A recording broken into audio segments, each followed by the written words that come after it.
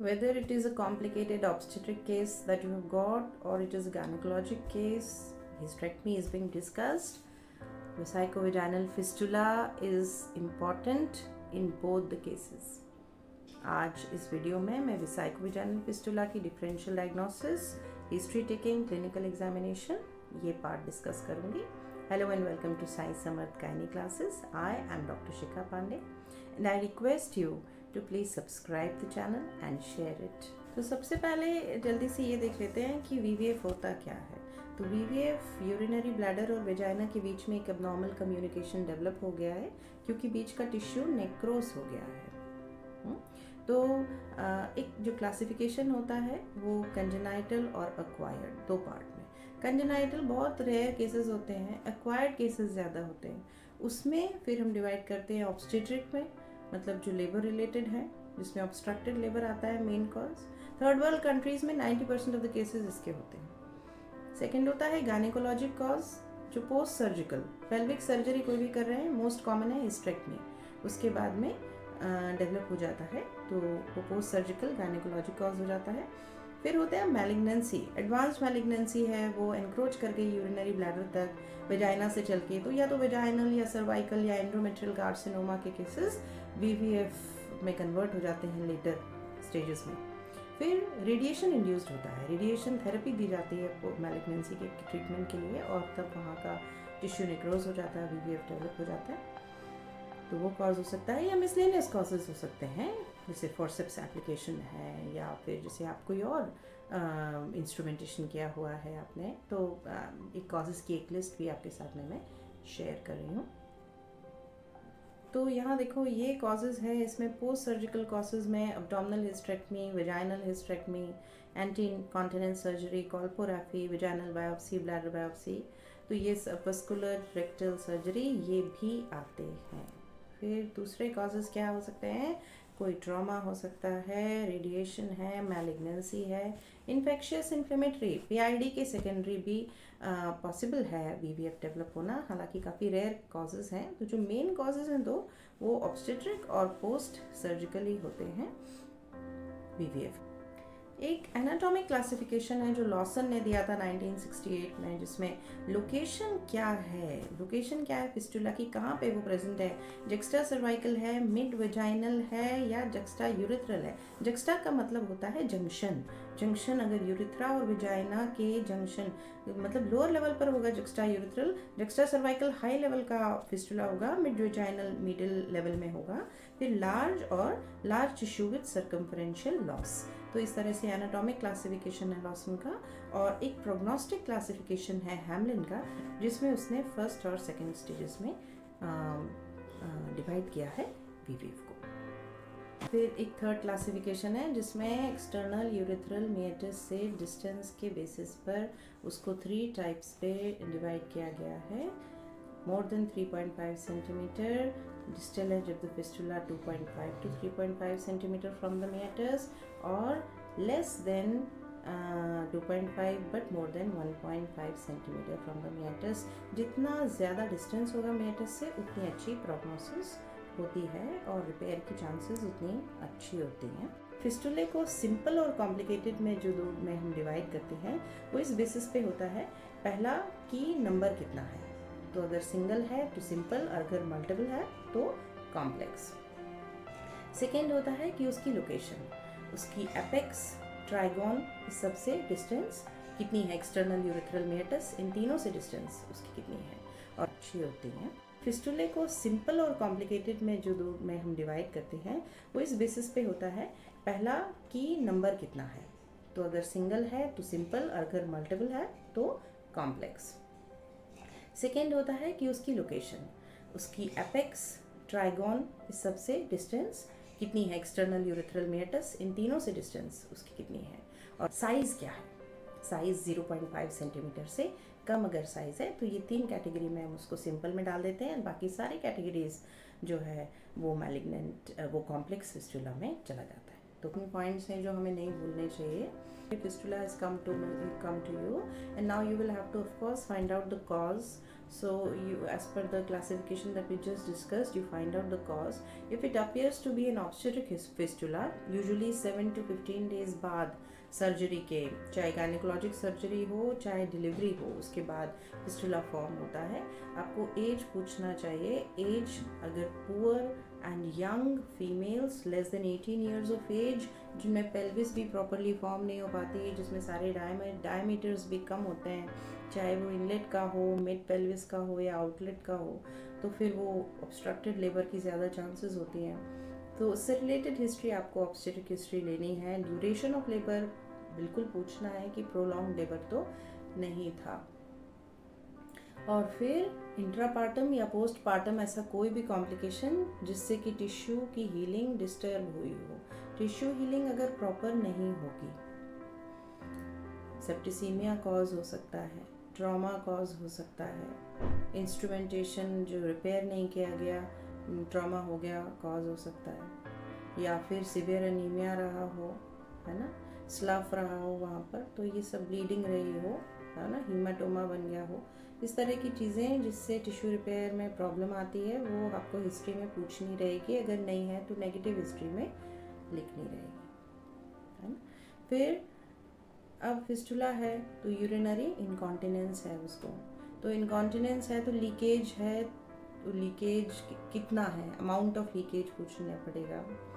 पर urethral wide कर रही है कि नहीं कर रही है, क्योंकि अगर कोई स्मॉल फिस्टुला है तो पर यूरिथ्रल भी हो सकता है कि वो पास करते रहे और साथ में जो है एक पर्टिकुलर पोजीशन में उसको यूरिनरी लीकेज की प्रॉब्लम हो रही हो, तो उस तरह की हिस्ट्री भी आपको लेनी है। कोमॉर्बिडिटीज़ कुछ एसोसिएटेड होती हैं ऑब्स्टेट्रिक फिस्टुलास के साथ में, जैसे कुछ न्यूरोलॉजिकल अबनॉर्मेलिटीज़ होती हैं, कभी फुट ड्रॉप हो गया है या नर्व कंप्रेशन की वजह से, या सेकेंडरी कॉन्ट्रैक्चर बन गया है लेग का, तो ये एसोसिएटेड है तो मेंशन करना है। कोई डर्मेटोलॉजिक कंडीशंस कुछ रहती हैं, जैसे कि बल्बल एरिया में एक्सकोरिएशन हो जाता है, या एक कंडीशन होती है जिसे अमोनिकल डर्मेटाइटिस कहते हैं, वो एसोसिएटेड होती है, तो डर्मेटाइटिस भी है तो मेंशन करनी है। पीआईडी की हिस्ट्री है तो वो आपको, एमिनोरिया की हिस्ट्री है तो वो मेंशन करनी है आपको। जनरल एग्जामिनेशन करेंगे, हाइट लेंगे, वेट लेंगे, बीएमआई लेंगे, फिर उसका न्यूट्रिशनल स्टेटस कैसा है, क्योंकि जब आप कोई सर्जरी परफॉर्म करते हैं तो न्यूट्रिशनल स्टेटस है, पेलॉर है, वो सब तो देखना ही है।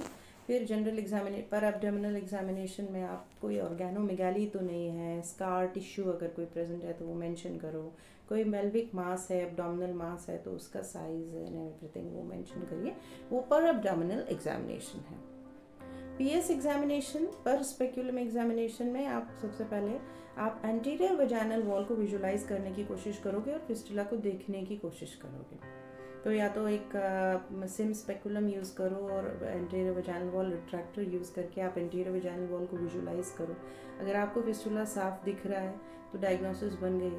फिर आपको उस कोई टिश्यू, कोई फ्लूइड अगर उसमें से लीकेज हो रहा है यूरिन का, या कोई फ्लूइड पूल हो जाता है आपके सिम स्पेकुलम में, तो आप उसे कलेक्ट करो और उसकी एनालिसिस करवाओ कि वो कैसा फ्लूइड है, इन्फेक्टेड है, नहीं है, कैसा है। देन अगर मान लो कि आप विजुलाइज नहीं कर पा रहे हो फिस्टुला को, तो फिर आप जो है वो एक बाय मैनुअल एग्जामिनेशन परफॉर्म करो और उससे आप अपने फिंगर से फील करने की कोशिश करो अगर फिस्टुला फील होता है तो।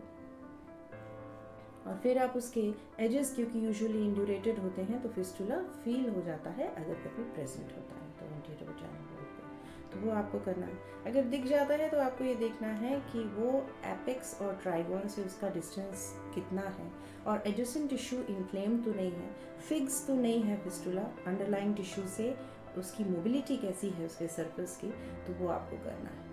ज़्यादा अच्छे से ये सब चीज़ें पीवी एग्जामिनेशन में फील होती हैं। परोजनल एग्जामिनेशन में आप एडजेसेंट टिश्यू की हालत जो है वो बहुत अच्छे से असेस कर सकते हो, और वो बहुत ज़्यादा ज़रूरी है, क्योंकि कोई भी एक सर्जरी अगर आप कर रहे हो तो उसका जो बेसिक फैक्टर जो कंसिडर करना रहता है वो ये है कि एडजेसेंट टिश्यू इन्फ्लेम्ड तो नहीं है, इंड्यूरेटेड तो नहीं है।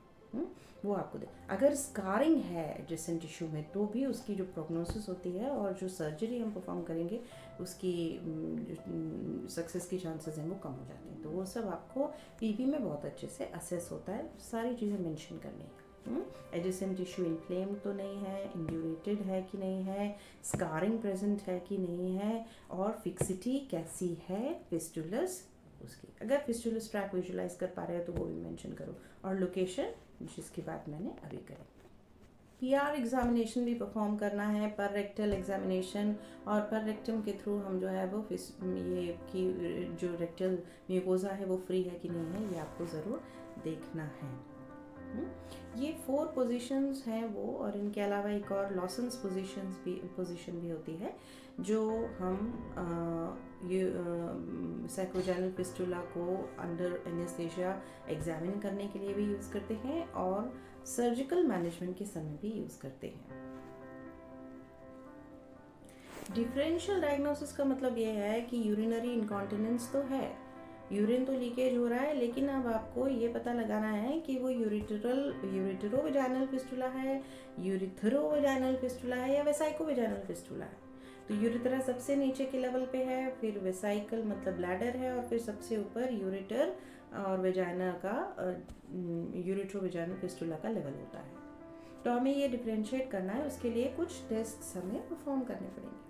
कभी कभी फिस्टुला होता है लेकिन वो एंटीरियर वेजाइनल वॉल जब आप देखने की कोशिश करते हो एग्जामिनेशन तो दिख नहीं पाता है।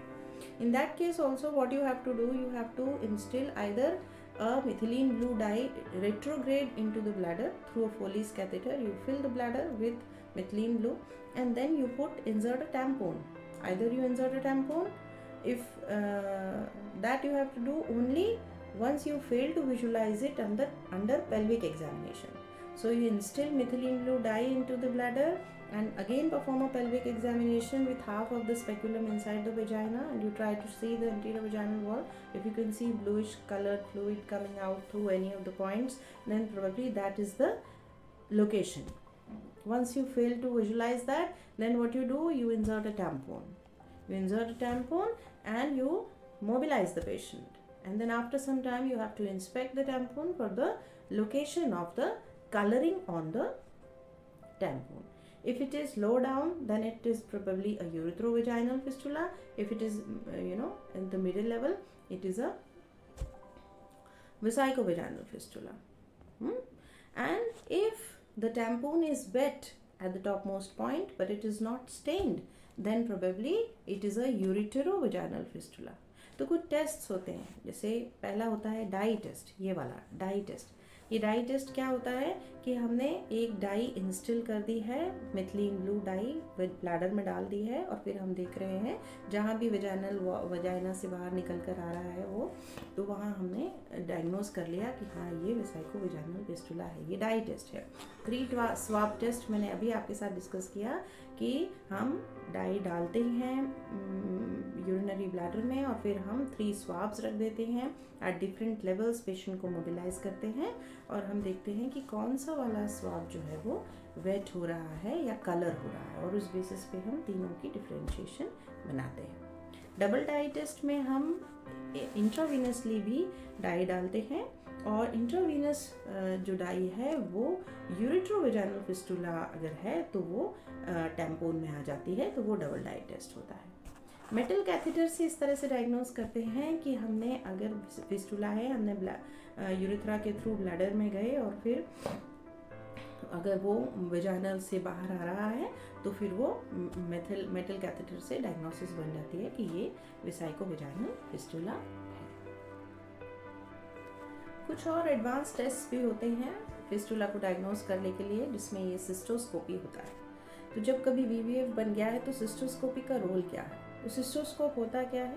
वो एक एंडोस्कोप होता है फाइबर ऑप्टिक, जिसमें कि 0.9 फ्रेंच का हम यूज़ करते हैं और उसमें शीट नहीं होती है।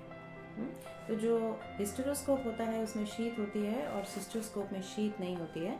तो हम उसको यूरेथ्रा से जो है वो ये जो फिगर है इसमें हम ऊपर वाली फिगर मेल फिगर है, ये फीमेल फिगर में आप यहाँ पे देखो कि यूरेथ्रा से हम उसको अंदर डालते हैं और वो यूरिनरी ब्लैडर तक पहुँच जाता है।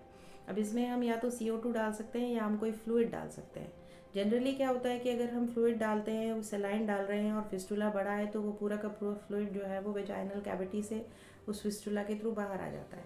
तो फिर इन दैट केस हमको वेजाइना को पैक करना होता है और फिर हम जो है वो फ्लूइड मीडियम में एंडोस्कोप अंदर डाल के यूरिनरी ब्लैडर में, और फिस्टुला की नंबर और उनकी साइज़ और उनका लोकेशन, उनका दोनों यूरेटर से प्रॉक्सिमिटी कितनी है, ट्राइगोनल एरिया में तो नहीं है, और यूरेटर पेटेंट है कि नहीं है, वो भी हम चेक कर लेते हैं थ्रू सिस्टोस्कोपी। एक कंबाइंड सिस्टोस्कोपी और वेजाइनोस्कोपी एग्जामिनेशन भी होता है, जिसमें कि हम डायग्नोसिस बनाना चाहते हैं, प्रॉपरली नहीं बन पा रही है, तो हम it is an advance test जिसमें हम साथ में वेजाइना में भी प्रोब डालते हैं, एंडोस्कोप डालते हैं और ट्रांस इल्यूमिनेशन करते हैं। एक तरफ से हम बल्ब को जलाते हैं, दूसरी तरफ से लाइट को ऑफ करते हैं और फिस्टुला जो है वो उसके थ्रू हम विजुलाइज कर सकते हैं। That is combined vaginoscopy and cystoscopy examination.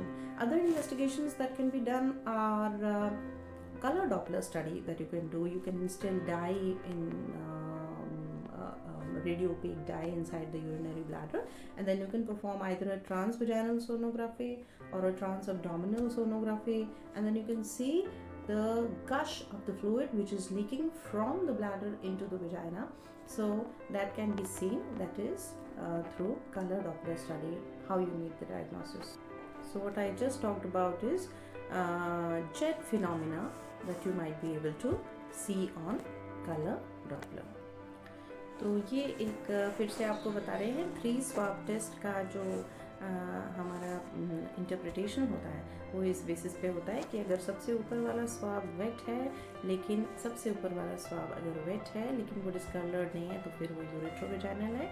अगर मिडिल वाला स्वाब डिस्कलर्ड है या ऊपर वाला स्वाब डिस्कलर्ड है, डिस्कलरेशन प्रेजेंट है, तो वो साइकोवेजाइनल है। अगर नीचे वाला है तो फिर वो यूरेथ्रोवेजाइनल फिस्टुला है।